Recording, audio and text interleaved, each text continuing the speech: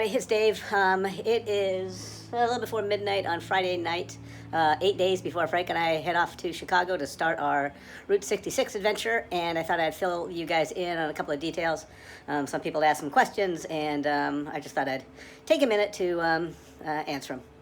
So we had originally hoped to do this in an old 65 Caddy convertible or something like that, but as we looked into it, we just didn't find something that we were comfortable that would make it 2,400 miles. At least that's something we could afford. So our backup plan, which I think we're going to go for, is we are just going to rent a Mustang convertible at Chicago O'Hare Airport and return it back at LAX in Los Angeles 8 or 9 days later.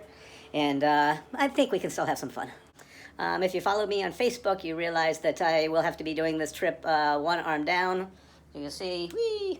I have a broken arm thanks to a wild pack of wolverines who came up behind me in the dark in the alley, totally unready for them, and overpowered me and broke my arm. And may or may not be true, but that's my story, and I'm sticking to it.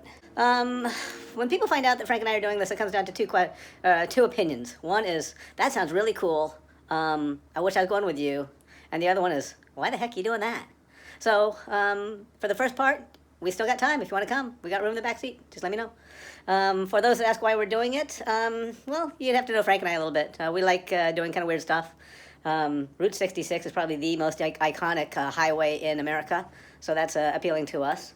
It starts in Chicago, where both my daughters were born, and I lived for 10 years, so I kind of like that.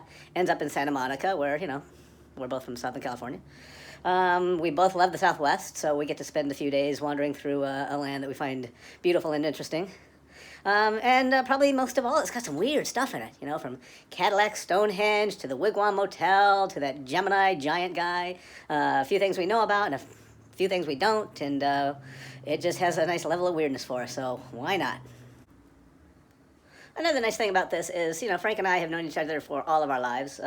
Best friends that live on opposite sides of the country and don't get to see each other as much as we want. So what a great way to just get together and spend some time by being on the open road, finding weird stuff, sharing a few laughs, hopefully make some memories for the next 60 years.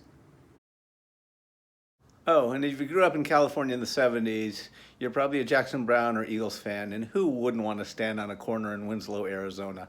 We'll get to do that. So as far as the trip itself, let's see, we start in Chicago July 6th at some point, go through Springfield, get down to St. Louis. We'll probably go, I don't know, 200, 300, 400 miles a day, depending on the stuff to see there and how much it piques our interest and whether we can find places to stay.